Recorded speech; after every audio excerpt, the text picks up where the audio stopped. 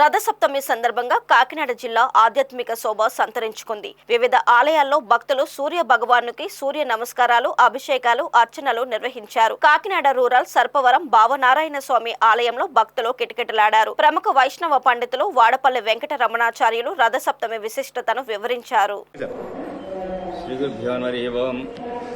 శ్రీలక్ష్మీ వల్లభారంభాం వికనో మునిమధ్యమాం అస్మదాచార్య పర్యంతాం వందే గురుపరంపరాం జ్ఞానానందమయం దేవం నిర్మలస్ఫటికాకృతిం ఆధారం సర్వవిద్యానాం హయగ్రీవముపాస్మహే.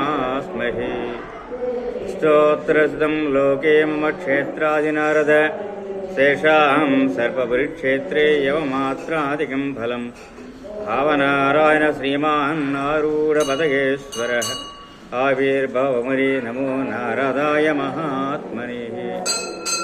భక్తులారా, మన కాకినాడ జిల్లా సర్పవరం గ్రామంలో ఇచ్చినటువంటి అతి పురాతన క్షేత్రం భావనారాయణ స్వామి వారి ఆలయం.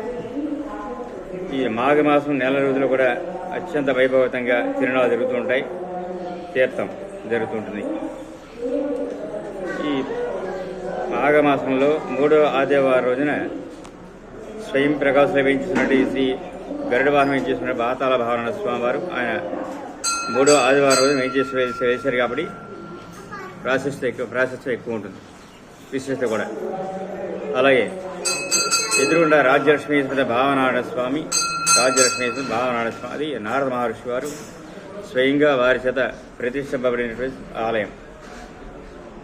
అలాగే ఆగ్రములుగా భావనారాయణ స్వామి వారు అనంత ప్రతిష్ట, అంటే ఆది కాలం జన్మ వారు సర్పం చేసిన చోటు ఈ ప్రాంతం జరిగింది కనుక అందులో అనంతుల వారి స్వామివారు స్వయంగా ప్రతిష్ఠించినగా స్థలపురాణం.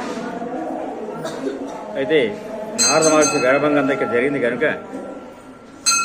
నారద మహర్షి బహుమతాలను ఆలయాన్ని తొలగించారు కాబట్టి నారాయణ స్వామి భావనారాయణ స్వామి అని పేరు వచ్చినట్టుగా స్థలపురాణం.